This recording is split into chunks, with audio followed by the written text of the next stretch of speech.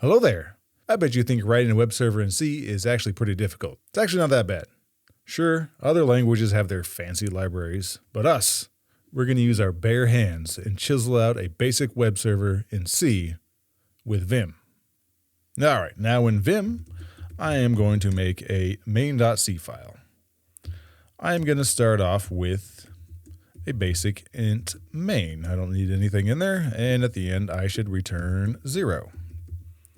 I'm going to go ahead and define a couple defines here for our server here. I want a port, 9090 is going to work, and a buffer size. I'll set that to 1024 actually. Nothing too fancy. Let's just get some of this stuff out of the way. All right, now to the real stuff. Now, for most of this code, I probably mostly reference Beej's Network Guide to Programming. There'll be a link in the description. I highly suggest you check it out. All right, to start off, for our server, we need a server socket file descriptor. So I'm going to call this my server sock. It's an int. But to set up our server socket, we got to call a function. And I'm going to set my server sock equal to socket. And I'm getting no help here, so I need ARPA, inet.h. There we go. And it takes a domain. I am going to use AF inet. So AF inet is for IP version 4. I'm not going to get fancy with IP version 6. Next, we need our socket type domain. So it's either TCP or UDP. For UDP or TCP, is sock stream, and UDP, if you ever wanted to know, is sock dgram. That is for UDP specifically. And then we just set our protocol to 0. It will automatically set some stuff for us. So instead of doing this way, I'm going to go ahead and put this whole thing in an if statement. Actually I need another parentheses there. If that equals less than 0, which means there's an error. Yeah, I need another parenthesis right here. There we go. So we set our sock server equal to socket. We pass in our variables to the function, and that sets that equal to server sock, and then we check that value if it's less than 0. That's why there's extra parentheses all over the place. We could have just set it here equals socket and then checked. But you'll see this often, so I just wanted to show you how it's done. And then we're going to do p error. We're going to say could not get our server socket file descriptor. That was called FD. All right, I'm not sure which, if I just type that in, standard input output. Of course it is. Okay. And then we will return -1. Because if we don't have a server socket, we're done. Next, we need another variable to set up our socket or server address, really. So struct sock adder in. You can see structure describing an internet socket address. IN is for internet, I believe. We call it server adder. Okay, there's a couple fields in here we've got to set up. So if we want to go look, global definition, we have a SYN port and SYN adder for the internet address. So we got to set those. I didn't mean to quit. The server adder. Actually, now we can see them all. We got the SYN family. We're going to set that to AF inet, like we did in our socket. We got our server adder, SYN adder.s adder. Set that, I think we wanted just to like anything. And that's in adder any. In adder any really just sets it to any address. We only have one network interface card or device. So if you have multiple, this is where this is going to come in handy to set it to a specific address. So a certain card or a certain network interface will receive the connections. For my purpose, I have one. I'm just going to use a local host really. So this is going to bind probably just to 0000 or 127001. But next we're going to have our port, SYN port, and that is going to be our port, right? Well, actually, we have to do a very quick aside here. So your host machine and the network data is actually kind of different. Your host machine may be different. In some cases it is, but it's called big endian and little endian. So it's just the byte order. So if we go ahead into Python, not Pyth. So if I can do hex 9090, we'll see we get 0x2382. Now, if I import, we go socket host to network short, and I go ahead and put it in backwards. So 8223, we get 9090. It's the same thing, but just the endiness of how the bytes are ordered are just backwards from each other. So we have to make sure that is correct. Just to make everything nice and easy, host to network short. There we go. And now we'll be making sure it's actually bound to 9090 and not some other number we don't even know what it is. Now we have to bind our socket to the ports and the address we just set up. So if we need to call a function called bind, we take our file descriptor, which is our server sock, and this thing takes a struct sock adder pointer to an adder. That's the name they called. So I have a sock adder in, so I'm just going to cast it to a struct sock adder pointer, and I'm going to put the address to my server adder there. And then the sock length is size of our server adder. And like we did before, we're going to check the value. If that's less than 0, then we have an error. So p error could not bind to server socket and address. And return -1 here too. Now we may have binded our server to our socket and our address, but we still need to tell the server to listen. Fortunately, there's a function called listen. So I'm going to just keep doing it this way. If listen, we are server sock, that's our file descriptor, and end connection request will be queued before further requests are refused. So this is if you have multiple connections coming in. So I think it may default to something like 10 or 20. I don't know. For our purposes, it doesn't matter. I'm going to set 5. So after 5, it's like, okay, I can't hold any more in queue, go away kind of thing. And actually, I need to check the value of that. Most of these errors, if they're going to be like -1, otherwise we should get some positive value. Once again, p error could not listen on server socket and IP, and then return -1. And if we get here, let's go ahead and printf listening on port, put our port in there. So we know if we get to this point, we can at least debug and say, okay, the server's listening and waiting. Now we actually have to kind of wait for a connection. So I'm going to do while true. No, my LSP doesn't like it. I don't like errors, so I'm going to put a 1 in there. There we go. So basically, while true, we're going to keep looping and doing something. This is the server just sitting and waiting and listening for a connection. And before we do that, we actually have to set up our client information. So we have another struct sock adder in for our client. We're going to get our sock length, client length equals size of client adder. And we're going to go ahead and kind of set up a client socket. I'm just going to allocate some memory to a size of an int. I need size of int. There we go. That should be in standard lib.h. There we go. Yeah, malloc is in standard lib.h. And now we have our client socket and server kind of address information, not server address, the client address information ready.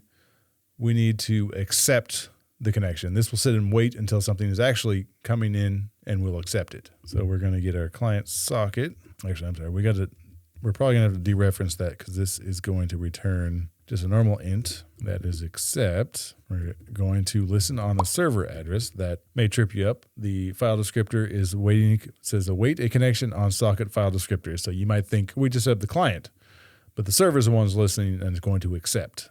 Now this is the client information, so we got to do what we did before, sock adder pointer, and we're going to get the address of our client adder, and then the sock length, which is client length there. So if that's less than 0, we had an issue. So I'm going to print out an error and say could not accept client. And then instead of returning, we want to continue. And let's see, what does accept actually need? Pointer. So we're going to put in the address. There we go. And I'm still getting an error. Yeah, got to define it. And another error. It's having all kinds of errors here. I put server address in there. I needed the sock. That makes a huge difference. All right. Now let's just go ahead and print a client connected. And then before we do anything else, we need to close out the socket. Let's write that code now. So we need to close our client socket. Let's see, unit std maybe. Yeah, that's on that one. Okay. And we'll just say, hey, our client disconnected. No error, that's fine, it's going to happen. And then after the while loop, once it's done closing, let's go ahead and clean up anything else. Actually, let me go ahead and clean up our client socket here. And then we got to close our server socket. I think we're ready to test it out, just see what we get. There we go.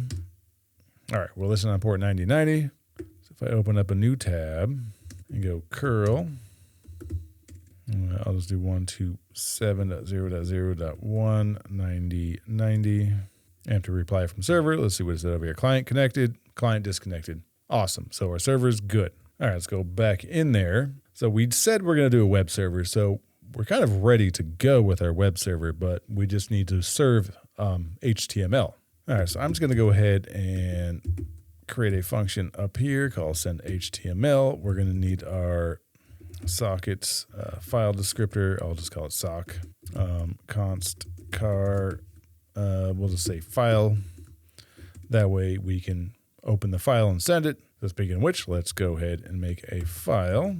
Our HTML equals f open our file, and we're just going to want read. We're not going to write into it or anything like that. So right away, if HTML is null, we just want to exit out of here. P error could not open hope. Could not open our HTML file. At the bottom, we need f close our HTML. All right, so we have to send on our socket the file stream. So we got to set up a couple of variables here. I'm going to have a car buffer of buffer size, zero that out, or hopefully most of it zeroed out, and a size t of red equals 0. I'm going to make our header, otherwise, because we're going with this in the browser,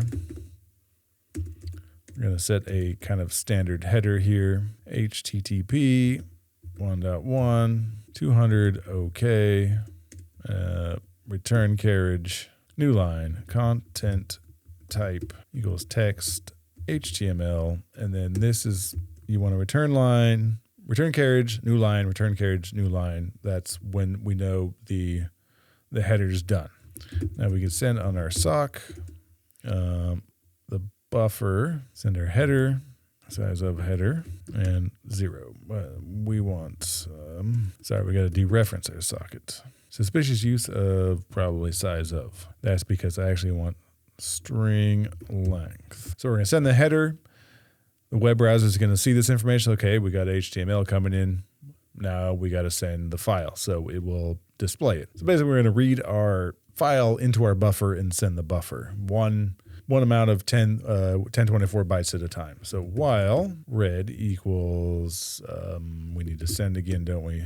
Actually, so while amount red equals f read, our buff size of buffer, the first buffer size, and then our file, our stream, which is our HTML file. We're going to capture this, so I need one extra set of parentheses all the way around here. I'm sorry, while greater than 0, so our red has data in there, and once it reaches 0, that means we've sent the whole file. Now we send on our sock, our buffer, and flags is 0. Actually, the amount red, that way, that's how much in this while loop is being sent. And once that's done, yep, we close up the HTML, and I think we're going to be done. So now if we go in here and send our HTML on our client socket, and I put this, where did I put this? Static home.html question mark index. There we go. So now we'll try to run this again, listening. Hello there. Got him. Well, we said web server, not just one basic page. We can actually figure out what the client is actually trying to go to. Oh, yeah, you didn't tell me it was client disconnected. Thanks. This whole time. So after we accept, the client would actually send information. So let's go ahead and make a receive buff of buffer size, of course. Zero that out if it'll do it for us. and a function called receive. So read n number of bytes into our buffer from socket file descriptor. So in our client socket, receive buffer, right? Buffer size, we're just going to get a URL, and there's a bunch of stuff it does send, but that's all we want. And we're going to do 0 for flags for auto. And then let's print off what the client sends us. So the receive buff, that's right. Now we're going to recompile and run it. Now if we say, oh, we wanted to go to the about page, of course I'm not getting anything. Let's see what happens over here. But we got information over here. Look at that. So we have a GET request to about and HTTP 1.1 and a bunch of other stuff it's sending to the server. But I think this right here is information we want. So we have a GET request and where it's going to. So you can do some routing like those fancy frameworks. So we go back in there and we're going to have to parse this out.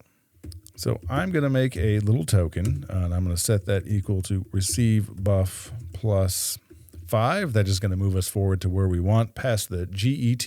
So if it was a post request, it's not going to work. You have to figure something else out. So that's going to get us to the slash something. I'm going to call this the route. String token, the token, and the delimiter is an empty space. So let's GD global definition of that, divide our string into token separated by the character and the delimiter. So if we go back out and scroll up, we went over, to the 5th. So we get this about, and then we're going to, whatever is after that, we're going to get rid of. So we'll have this route right here without the slash. So what I want to do is make life a little bit easier and have a little helper function. I'll call it parse route. I need a car pointer, sorry. Parse the route. Const car route. So we're going to send in what we just did the string tokenizer on. So that should just be like about or whatever else we want. Programming is a lot about string manipulation. So if string compare, we'll say if this is, say the route, and if that is, let's just do home, that equals 0, that's a match. So let's return the file. So that's static index.html. Oh, yeah, we should just, if we fall off this series of if statements, we will return static not found.html. I'll have to check in there what was the not found uppercase. All right, else if string compare the route, we're going to compare that to about. That equals 0.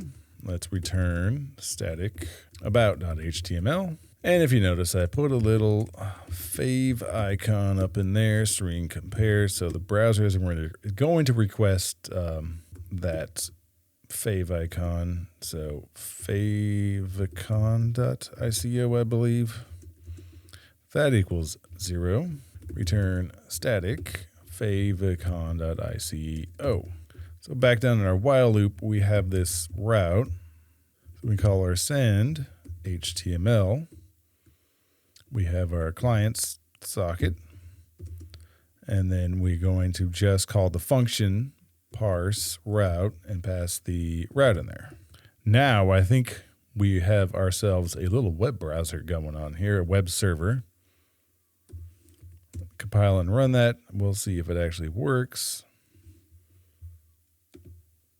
Hey, all right, the about page and the sweet internet of the, what is this, the 90s. Yeah, cool. And let's say, oh yeah, you notice there's a browse somewhere that we don't have a thing for. Oh, let's try check home again. So we get rickrolled and say we want to go to the dashboard and try to log in. Oh, 44 not found. Where are you trying to go? It ain't here. Cool. You see, it's not that bad, and maybe you learned something. But be sure to check out Beej's Network Guide to Programming, because I pretty much always reference that when I'm writing C sockets. Awesome. Way to level up by doing. The code will be hosted in GitLab. Link will be in the description. And thanks for watching. Be sure to subscribe, like, share, and comment to defeat that algo monster.